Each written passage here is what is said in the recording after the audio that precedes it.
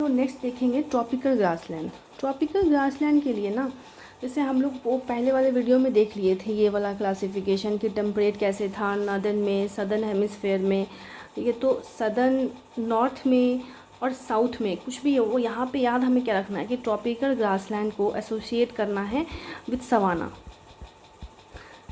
है ना। और सवाना भी इसलिए ना कि ज़्यादातर रेन फॉरेस्ट जो है ना अपना इक्वेटर के आसपास है, इक्वेटर है, ट्रॉपिकल रेन फॉरेस्ट, ये वो पूरा एवरग्रीन टाइप का, तो थोड़ा सा मौसम बहुत मस्त रहता है सावन की तरह, इसलिए सवाना बोले उसको, ठीक है। और जैसे कि हमने अगर इसको ड्रॉ किया तो कुछ जो अपना इंडिया का पार्ट आ जाएगा, अफ्रीका आ गया और साउथ अमेरिका है। और ऐसा नहीं है कि आपका ऑस्ट्रेलिया में नहीं आएगा, ऑस्ट्रेलिया में भी आएगा। ये जो हम डायग्राम बनाए ना ये इक्वेटर का बनाए हैं, ट्रॉपिकल की तरफ हम जाएंगे तो नीचे आएगा थोड़ा, ठीक है। इस तरीके से 23 डिग्री हाफ तक आएगा, साउथ नॉर्थ जो भी आएगा। तो हमें ध्यान में रखना है कि इंडिया का तो अपना अलग ही जोन चल रहा है ट्रॉपिकल मानसून वाला, तो उसका हम अभी वहाँ पे भी मिलता है सवाना कुछ जगह पे, और बेसिकली जो सबसे ज़्यादा सवाना मिलता है और हर एक कॉन्टिनेंट्स पे और हर एक जो कंट्री है उसमें फ़ीचर्स अलग अलग हैं।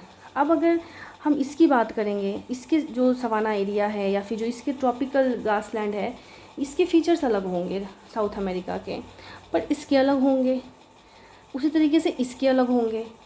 लेकिन हमें जो मोस्ट पिक्यूलर फीचर्स, जो पिक्यूलर नहीं, जो मोस्ट कॉमन कैरेक्टरिस्टिक्स हैं उसको देखना है कि कॉमन कैरेक्टरिस्टिक्स क्या है जो ट्रॉपिकल को टेम्परेट से अलग करती है।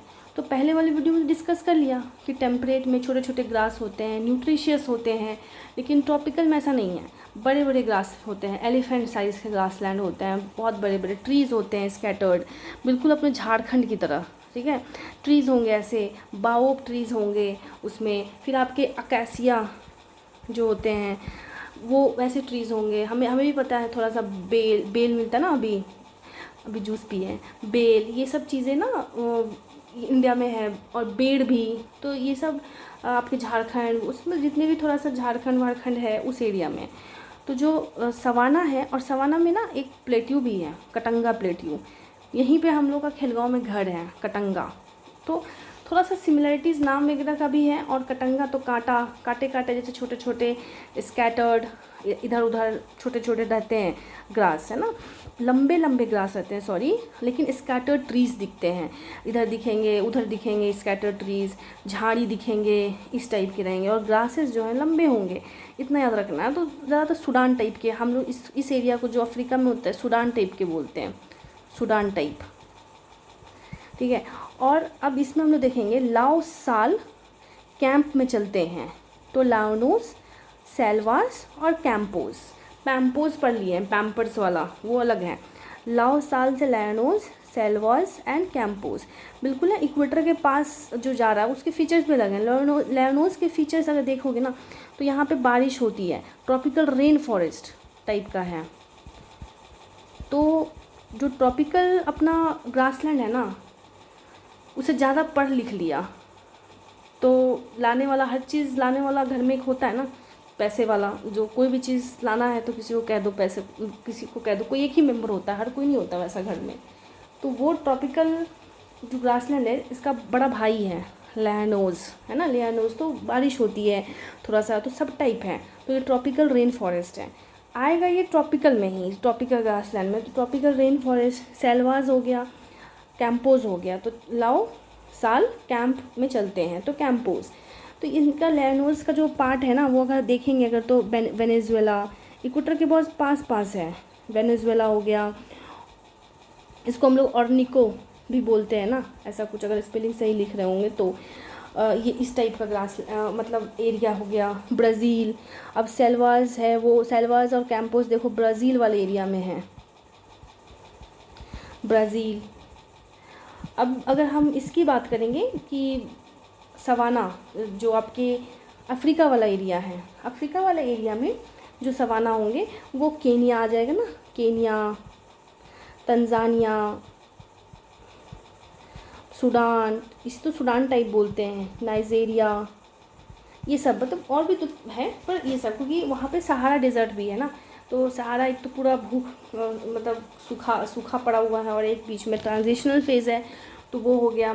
साउथ अमेरिका में हमने देख लिया वेनेजुएला, कोलंबिया, है ना। अब ये जो लैनोज़ है ना, ये सब वेनेजुएला, कोलंबिया, वेनेजुएला, अगर कंट्री हम याद करें मैप से तो इजी पड़ जाएगा कि याद भी हो जाएगा।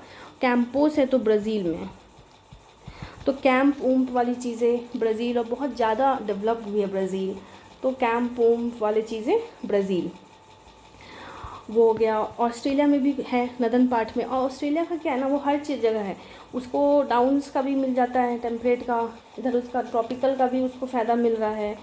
अब क्या एशिया में मतलब कुछ पार्ट है जो इंडिया का, तो सेंट्रल और सदर्न, क्योंकि हम ऐसे बना रहे हैं जब तुम देख रहे हैं ना कुछ पार्ट आ रहा है, तो सदर्न पार्ट आएगा, थाईलैंड, कुछ सेंट्रल और कुछ सेंट्रल पार्ट भी आ जाता है इंडिया का, तभी तो बेल वगैरह जो है हमारे छत्तीसगढ़, झारखंड, ये सब एरिया में, तो उस टाइप से हमें याद रखना है। तो बेसिकली हम अगर फिर से देख लें तो हमें सवाना पता होना चाहिए ट्रॉपिकल का है, फीचर्स हमें पता होना चाहिए कि रेनफॉल वगैरह जो है वो उतना नहीं होगा, लेकिन ऐसा नहीं है कि जो इक्वेटर के पास है उसका भी नहीं होगा। अब रेनफॉल यहाँ नहीं होगा ना इतना, है ना, रेनफॉल पर 75 to 150 सेंटीमीटर होगा, ठीक है। वेट मतलब समर में हमारी तरह हेवी रेनफॉल होगा, ड्राई में मतलब विंटर में कम होगा या फिर नो रेन होगा, क्योंकि हमारे यहाँ वैसे ही चलता है। उसी तरीके से देखेंगे स्कैटर्ड ग्रास डोमिनेंट होंगे, ट्रीज़ स्कैटर्ड होंगे, और फायर्स जो होंगे वो यहाँ बहुत होंगे।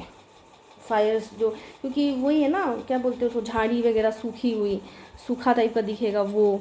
और ये याद रखना, यही जो वो एरिया है वो है ऑर्निको बेसिन,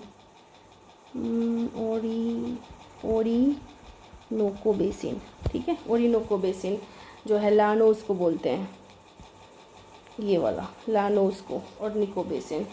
अफ्रीका हो गया सूडान टाइप।